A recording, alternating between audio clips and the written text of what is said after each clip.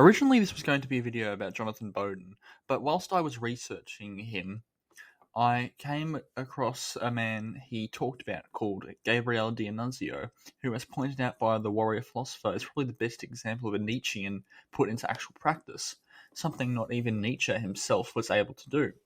I understand this may be seen as sacrilege, but as a man, Nietzsche did not live up to his own ideals. He was a very sickly and frail and isolated man. However, I do not think it was his intentions for himself to be the one to live up to the ideas he laid out in the first place anyway. But that is beside the point. Gabriele D'Annunzio was an Italian writer, aristocrat, journalist, and soldier. He was a nationalist and a bit of a player, having multiple affairs with several of Italy's top actresses. As previously stated, this video will be about him and how he is a disciple of Nietzsche. Having, of course, read his works, best exemplified these characteristics in the title of this, which I've blatantly stolen from Alcantar's video on Yu-Gi-Oh! Mishima, who will be discussed later in this channel in the small parts and will likely get his own larger video. While some parts of this video may appear biographical, this is not at all a biography of D'Annunzio's life, but his ideas, writings, and actions on the world stage, as well as some parts of his childhood and lifetime. Gabriele D'Annunzio was, as stated, heavily influenced by Nietzsche, and was associated with the Decadent movement, which was an artistic movement which celebrated, decadence, really. As someone who was born into quite a wealthy family, he saw many degenerate parties and took part in them. But he was also quite smart and became involved with the Italian nationalist movements as well as writing. One of D'Annunzio's more controversial works was The Flame of Life in 1900, in which his character was literally a self-insert of him, based on one of his affairs with an actress, and the protagonist is the Nietzschean Übermensch. Now, you might be thinking, this guy's a degenerate. He has affairs and enjoys pleasure and is wealthy. How is he actually an Übermensch?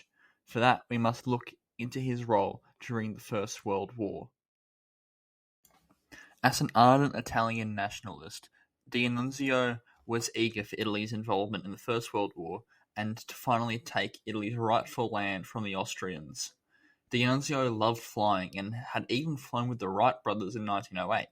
When Italy joined the war in 1915, he volunteered to be a fighter pilot and became a war hero for the Italian public, already well known for his writing.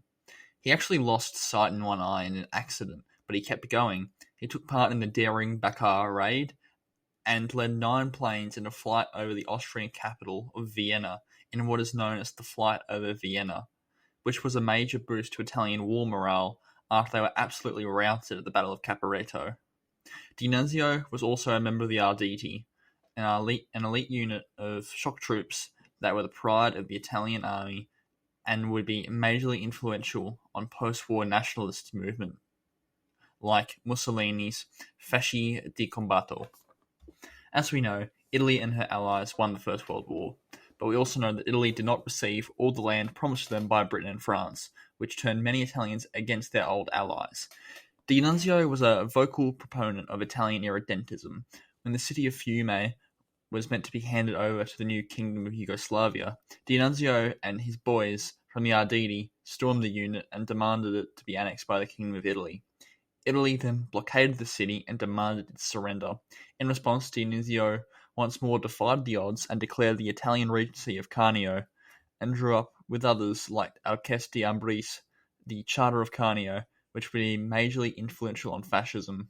It was not to last, however. He boldly declared war on Italy, and in late December of 1920, he surrendered the city to the Italian government. Interestingly, he was not punished for this blatant act of treason, likely due to the fact that he just had that much aura. Gabriele D'Annunzio was also a Grand Master belonging to the Grand Lodge of Italy, a Scottish rite of Freemasonry that broke away from the Grand Orient of Italy in 1908. Later, D'Annunzio became a follower of the mystic and philosophical movement known as Martinism.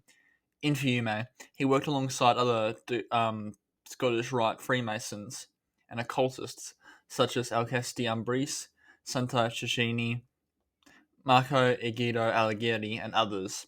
The selection of Masonic emblems, such as the Ouroboros and the seven stars of Ursa Major for the Carnio Regency flag, attests to D'Annunzio's Masonic initiation. Following the Fiume endeavour, he continued writing but remained opposed to Benito Mussolini and began to associate himself with the country's left-wing and progressive movements. In 1922, just before the March on Rome, he was pushed out of a window by an unknown would-be assassin, but he survived, again attesting to that Nietzschean spirit. In 1924, he was made Prince of Monteviso by the King, and in 1937, he was made President of the Royal Academy of Italy, again by the King. D'Annunzio passed away of a stroke and was given a state funeral by Mussolini in 1938. So where does this leave D'Annunzio philosophically speaking?